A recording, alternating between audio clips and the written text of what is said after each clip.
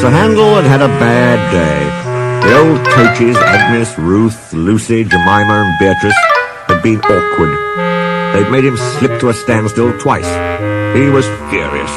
Those cattle trucks should be scrapped, he fumed. Scarloey was shocked. I won't have it, he protested. Those old dears need kindness, not bad names. Exactly so, agreed Renius. He winked at Scarloey. You be thankful, Sir Handel, that we're not a mountain railway. A mountain railway? What's that? A railway which climbs mountains, of course. But it can't, said Sir Handel. Its engine's wheels would slip. But it can, said Renius firmly. We've heard of one quite near here. It can't. It can. A noisy argument started just as Donald shunted a flat truck to the siding nearby. On the truck was a queer-looking engine.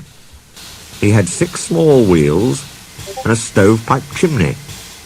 His boiler was tilted downwards, and his cylinders were back to front. Whisht, whispered Donald hoarsely. Dinna wake the wee engine. It's tired he is. He's away back from England after being mended. You ken how it is. We understand, but who is he? He's called Caldee. Out on the mountain his railway climbs.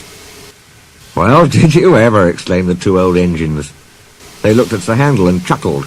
I don't believe it, said Sir Handel. Well, you'd best ask him yourself. Then maybe you'll learn it's the truth I've been telling you. Donald puffed away, offended.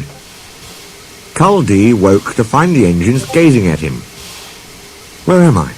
He asked. They told him. That's good, he said. I'm nearly home now. Do you really climb mountains?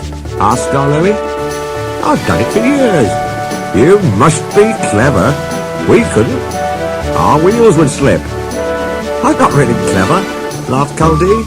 I was just drawn like that. Like what? With pinion wheels on my driving axles. They have teeth, you see, which fit into a rack rail. I can't slip, however steep the line is.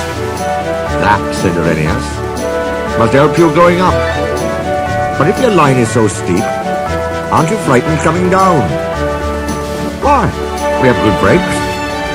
Coaches, went on Renius, are sometimes silly and try to push us downhill. Some engines find it hard to stop 'em. Sir Handel blushed and looked at his buffers. Our coaches, answered Caldee, are never silly like that. They know such tricks are dangerous.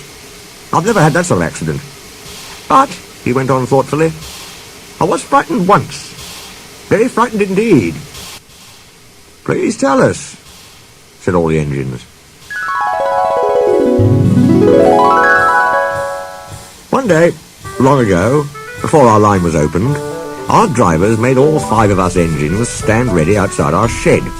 The inspector's coming, they said. We don't know which of you he'll choose. He chose me, climbed into my cab, and made me push 2 coaches to the summit.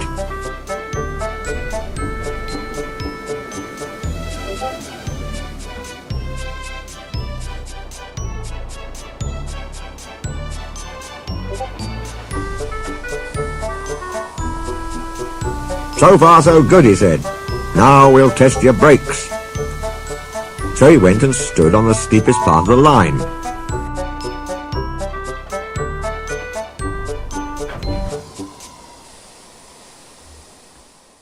Down, down it fell, with a nasty curve below, edging a precipice. Brakes off, driver! Let him roll! Ooh! Gasped the little engine in horror. The coaches nudged me. We gathered speed downhill. I was terrified. My driver's hand stole to the brake. Hands off, ordered the inspector. Then I remembered. I had automatic brakes. I could put these on myself. Perhaps the inspector wanted to see if I could.